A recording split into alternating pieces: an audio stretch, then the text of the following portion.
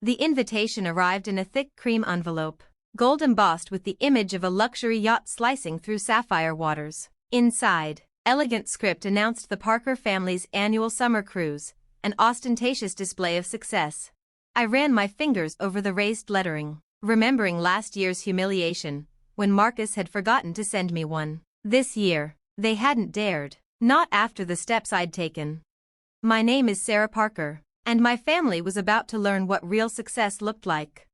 The phone rang just as I finished reviewing quarterly reports. Sarah, my mother's voice cooed with practiced concern, we need to talk about the cruise. I leaned back in my leather chair, gazing out from my penthouse office at the marina below. From here, I could see my latest acquisition, the 300-foot luxury yacht they all believed they'd rented for their annual show. What about it, Mom? She sighed. Darling, your brother thinks, and I agree, that perhaps this year's guest list should be selective. Selective? Below, workers polished the yacht's gleaming hull, oblivious to the fact that they weren't preparing it for Marcus or my father, they were preparing it for me. You know how these events are, she continued. Important partners, Marcus's investors, we have to maintain a certain image. The image they'd always clung to, brilliant son, disappointing daughter, the daughter who had abandoned the family firm to chase an internet fantasy. That fantasy was now worth billions. And I don't fit that image? My voice was calm, though my pulse quickened. Sarah, please, your situation is embarrassing. Everyone keeps asking what you do. And that little online project of yours, it's not what we mean by success. I smiled at the $4.2 billion acquisition contract sitting on my desk. I understand, Mom. You do? Relief softened her tone. Marcus was afraid you'd cause a scene. Marcus, the golden boy who'd never lifted a finger outside our father's shadow. Meanwhile, I'd built an empire brick by brick. No scene, I assured her, but I'll still come to the marina to see you off. Sarah, that's not. I insist, I said smoothly. Family is family. After hanging up, I dialed my assistant. Maria, is everything ready for tomorrow?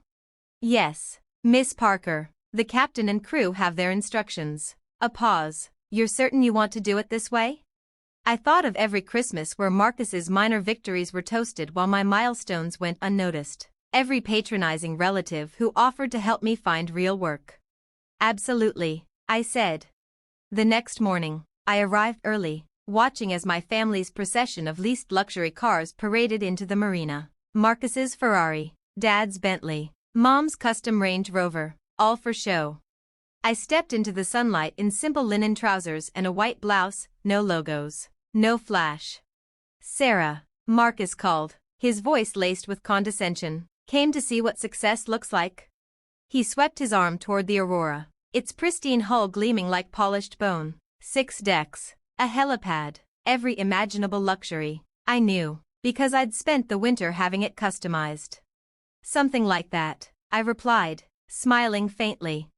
My mother air-kissed me. Darling, you didn't have to come. I know seeing all this must be difficult for you. I glanced at the crew, my crew, loading luggage and champagne. Not difficult at all, Mom. I'm just here to make sure everything's perfect. Perfect for what? My father asked, adjusting his Rolex. You're not expecting to join us?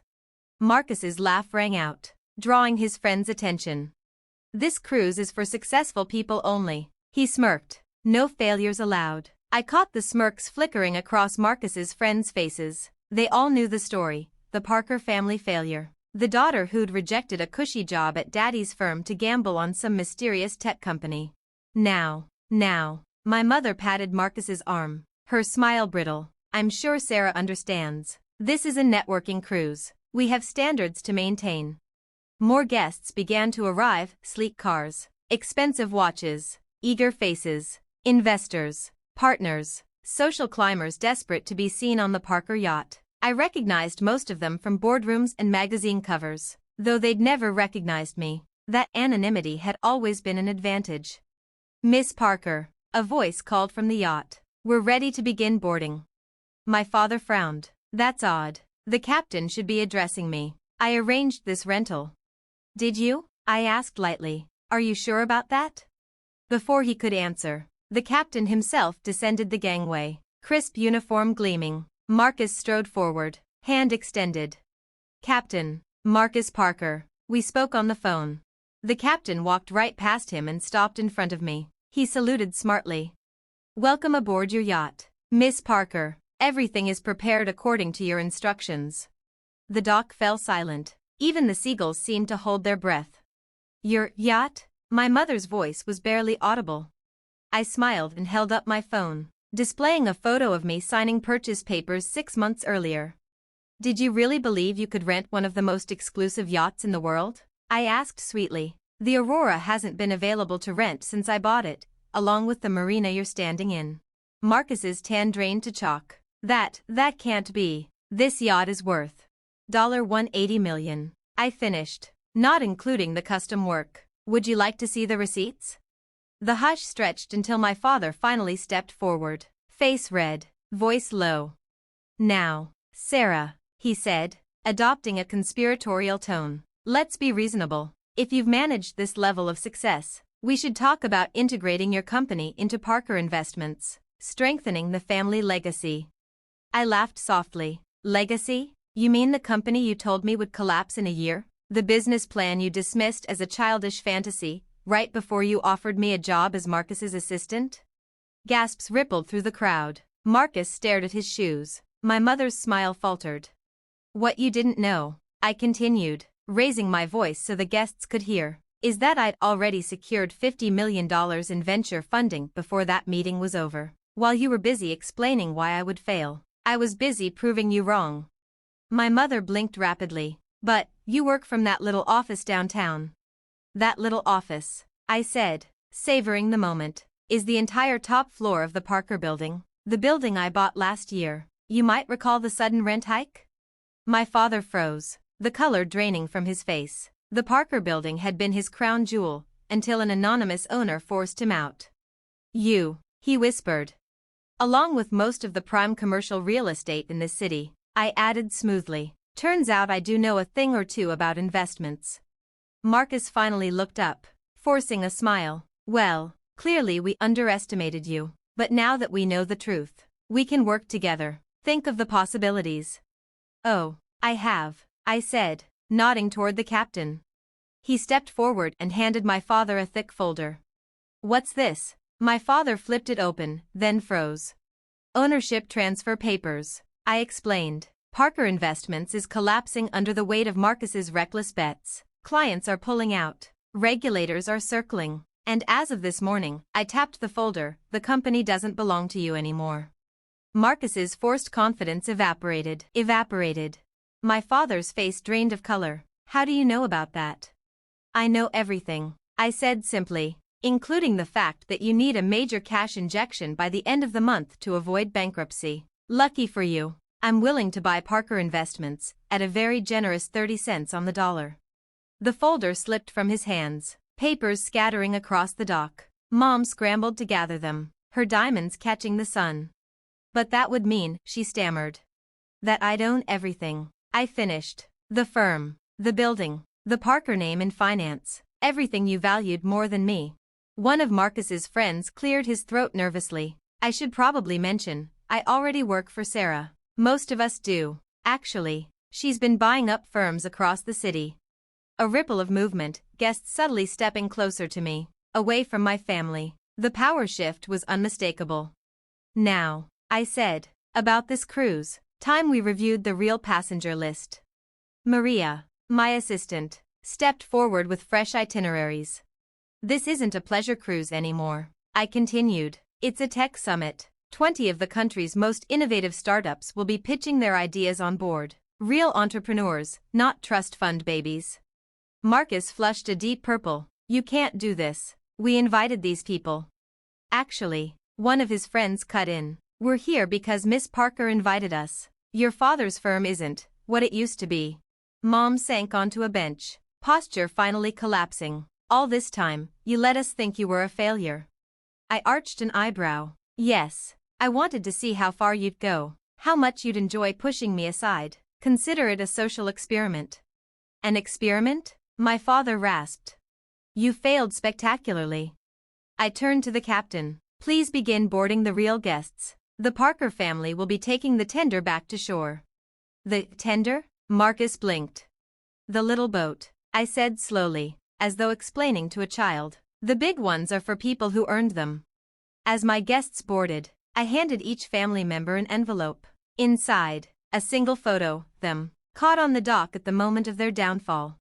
Something to remember me by. I smiled. Oh, and Dad, you have 24 hours to accept my buyout offer before I call the SEC. I hear they'd love to see Marcus's creative accounting. Mom gasped. You'd do this to your own family?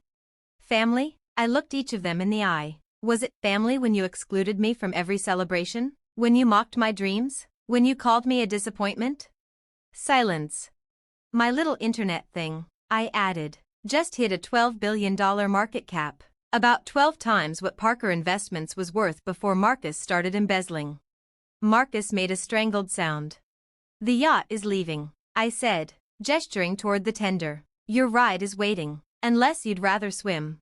I watched them pile into the small boat, their designer luggage stacked awkwardly, their dignity stripped away. Maria joined me at the gangway. Was the tender really necessary? She asked softly. I smiled as the tiny boat bobbed in our wake. Consider it a lesson in humility, something they never taught me. The next week, headlines blazed across every major outlet. Tech billionaire Sarah Parker acquires family firm in stunning power move. The photos were spectacular, me at the helm of the Aurora, closing multi-million-dollar deals as the sun set over the ocean. Within months, the SEC investigation gutted Parker Investments. Marcus faced charges. Dad's reputation disintegrated. The Parker name in finance was finished. And yet, I gave them one last gift. When they returned home that night, each found a small package waiting. Inside, a toy boat, a perfect miniature of the tender. A note attached read, "Success isn't about the size of your boat. It's about the size of your vision. Thank you for teaching me what not to do."